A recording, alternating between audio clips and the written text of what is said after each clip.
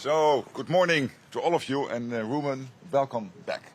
It's good to have you here in Brussels. It's good to have you as Prime Minister of Bulgaria, which is an important ally. You are important because you are helping to defend the eastern flank of NATO. When it comes to the Black Sea, which is of key importance to the NATO alliance, you play a key role. Then, of course, you host a forward land force in Bulgaria. I was able to visit it some time ago. It was very impressive. And you are active also outside NATO when it comes, for example, to KFOR. You deliver important contributions.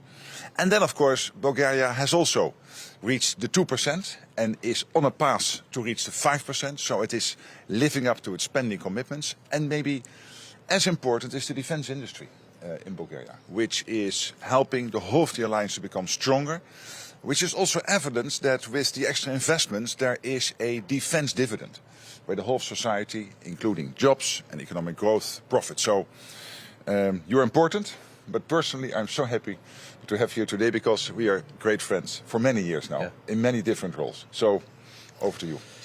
Thank you, Mark. Thank you for your invitation. I would like to first start with my congratulations for your leadership and tireless efforts to make our alliance stronger, to keep the allies together, which is quite a challenging job, and to cut compromises in tough times. In order to achieve its core mission, deterrence and defense of each inch of our territories, NATO, in very challenging time, NATO must have robust investment in capabilities. NATO must have clear vision and feasible strategy, a realistic approach to the challenges we face right now. And I do believe, which is also very important, and the war in Ukraine showed this, that we must have dedicated and motivated personnel. Absolutely important.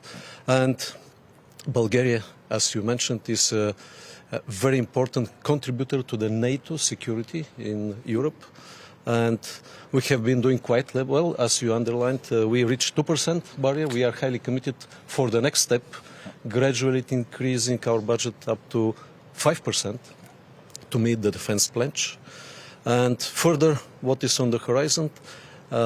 We need to achieve very balanced mix of capabilities to increase our national defense capacity and to contribute to the NATO overall defense capabilities. That's why we have invested heavily in a very robust modernization program, started with F-16 Block 70, Striker armored vehicles, new multi-role modular combat vessels. I would like to highlight produced and integrated in Bulgaria, which reveals the robust defense industry capabilities. Many other projects listed in the SAFE instrument, but I remember, Mark, years ago we started this discussion as you were Prime Minister of the Netherlands, me as a President in the Council, about increasing our defense readiness and defense industrial capabilities.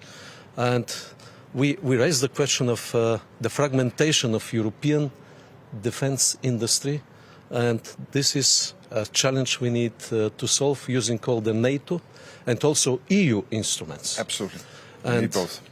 Not less important, of course, to invest in our people, because you, as Secretary General, you know that we have robust standards for everything. We have standards for interoperability, for training, for safety, but we need to develop standards for people. How to recruit, how to retain, how to motivate our people, because this is the most important asset in any defense operation. Absolutely. So I'm very glad that today we can discuss all these issues. Hey. Amazing. Thanks. Hey, and now I'm sure he gets some breakfast. So. Thank you.